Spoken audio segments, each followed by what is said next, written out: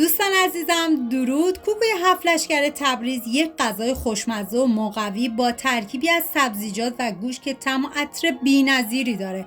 این کوکوی تبریزی به خاطر مواد متنوع و غنیش هم یک غذای مقوی و هم یک گزینه عالی برای سفره‌های مهمونیاتونه.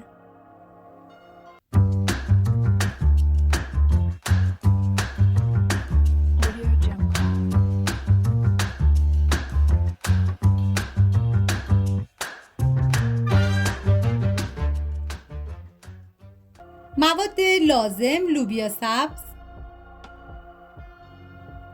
سیب زمینی، گوشت چرخ کرده، قارچ، بادمجان، هویج،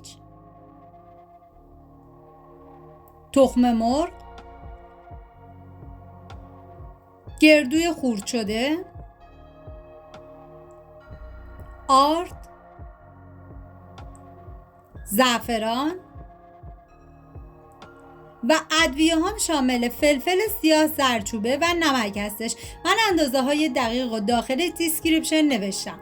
حالا لوبیا سبزی که داریم من کاملا ریزش میکنم. ببینید سعی کنید که برای این کوکو تمام سبزیجات رو به صورت منظم و یک نواخت ریزشون بکنید که اون شکل کوکو کاملا زیبا باشه. و بعد از اون لوبیا سبز رو میریزم داخل قابلمه و مقداری آب بهش اضافه میکنم و میذارم تا لوبیا سبز کمی بپزه. ببینید لوبیا سبز نباید انقدر پخته بشه که فرمش رو از دست بده. حالا من آب میریزم و دیگه میذارم تا بپزه.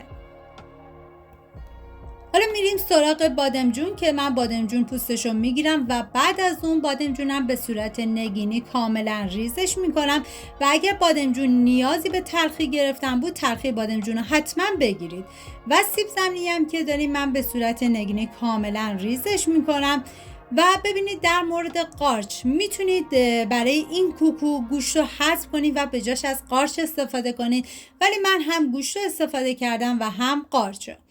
و هویجی هم که داریم به صورت نگینی کاملا ریزش میکنم و بعد از اون هویج رو میریزم داخل قابلمه و مقداری آب بهش اضافه میکنم و میذارم تا هویجم کمی نرم بشه. واقعا دم تبریزیای عزیزمون گرم با این کوکوی سنتی فوق‌العاده خوشمزه‌شون که واقعا بی‌نظیر بود. و حالا پیازی هم که داریم من کاملا ریزش میکنم. ببینید پیازو فرق نمیکنه که به چه صورت ریز کنی، این دیگه کاملا اختیاریه. حالا داخل تاب من روغن کنجد ریختم. شما از هر نوع روغن سرخ کردنی که دوست داری میتونین استفاده کنی. و بعد از اینکه داغ شد حالا یکی تمام این موادی که ریز کردم رو باید سرخ کنم که اول سیب زمینی رو میریزم داخل تابه و یه هم میزنم و بعد از اینکه سیب زمینی سرخ شد از روغن جداش میکنم. واقعا این کوکوی 7 لشکر تبریز یک غذای خوشمزه و مقویه، چون این کوکو به دلیل مواد متنوع یه طعم بی‌نظیری هم داره و واقعا هم یه انتخاب عالیه برای مهمونی‌ها. و حالا هویجی هم که ریز کردم و بهش اضافه میکنم و یه هم میزنم و بعد از اون هویج رو از روغن جدا میکنم. و حالا لوبیا سبزی هم که گذاشتم پختم میریزم داخل روغن و یه تفته مختصری هم لوبیا سبز رو میدم و بعد از اون لوبیا سبزم از روغن جدا میکنم.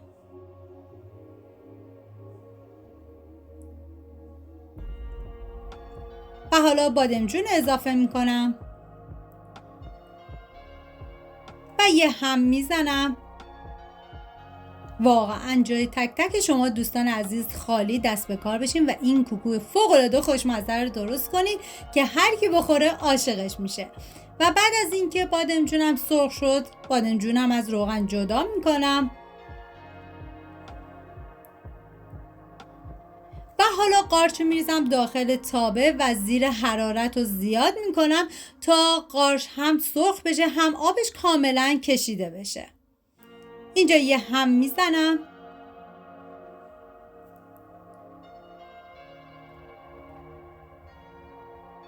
حالا قارچم از تابه جدا میکنم.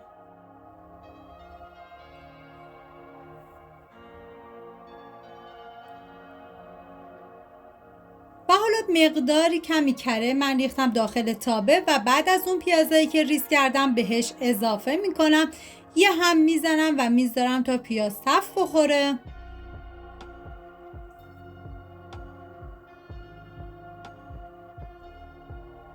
و حالا ادویه ها رو به پیاز اضافه میکنم. زردچوبه، فلفل سیاه و نمک. هم میزنم و میذارم تا ادویه ها تف بخورن و عطر ادویه ها آزاد بشه.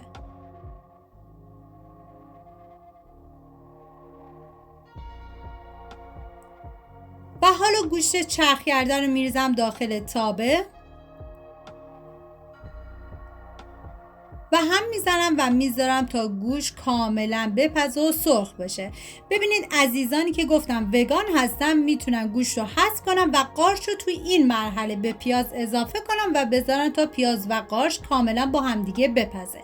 من سر تابه رو گذاشتم به مدت 10 دقیقه با حرارت کم. گوشت کاملا پخت و سرخ شد. حالا مواد سرخ شده رو یکی یکی میریزیم داخل یه ظرف که من اول گوشت چرخ کرده رو ریختم. سیب زمینی سرخ شده،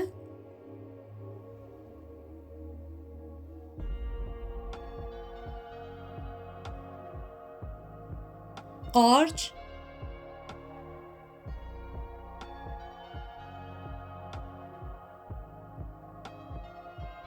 لوبیا سبز،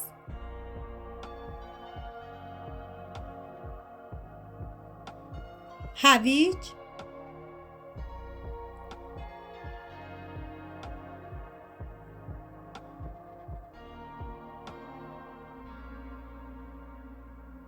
بادمجان،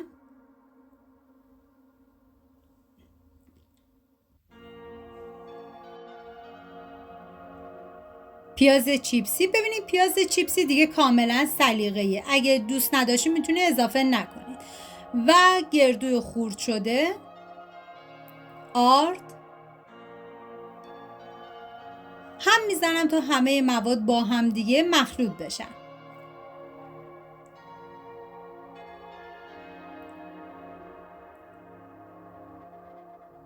و حالا من تخم مرغ رو داخل ظرفی ریختم و هم زدم تا لختگی در بیاد و بعد از اون به موادم اضافه میکنم. هم میزنم تا همه مواد با هم دیگه مخلوط بشن و زعفرانم بهش اضافه میکنم. ببینید ریختن زعفران کاملا سلیقه‌ایه، اگر دوست نداشتید میتونید اضافه نکنید. هم میزنم و بعد از اینکه همه مواد با هم دیگه مخلوط شدن من مقدار رو داخل قالب ریختم و الباقی رو سرخ کردم که قالبم رو چرب کردم و مواد رو ریختم داخلش و گذاشتم داخل فلی که از قبل گرم شده با دمای 180 درجه به مدت 25 دقیقه این کوکو کاملا سرخ بشه. حالا قالب رو که مواد ریختم کاملا فشردهش میکنم و بعد از اون میذارم داخل فر و الباقی کوکو رو من داخل تابه روغن ریختم و بعد از اینکه روغن داغ شد مواد رو بهش اضافه میکنم و زمان میدم که هر سمت کوکو به مدت نیم ساعت کاملا سرخ بشه. راستی من منیره هستم، امیدوارم از این ویدیو خوشتون اومده باشه و اگه تا الان کانال رو سابسکرایب نکردید خوشحال میشم سابسکرایب کنید و برای دوستاتونم بفرستید. لایک و کامنتاتونم که کلی به من انرژی میده و کمک میکنه ویدیوی من به افراد بیشتری نمایش داده بشه و از این طریق هم از من حمایت میکنید. حالا من کاملا سطحش رو صاف و فشرده میکنم و دیگه بهش زمان میدم و بعد از اون در آخرم با پیاز چیپسی و گردو و هر چیزی که دوست دارید میتونین تزیینش کنید و دوباره برمیگردونم و میذارم سمت دیگه‌ش هم کاملا سرخ بشه و دیگه بعد از نیم ساعت این کوکوی خوشمزه ما آماده است.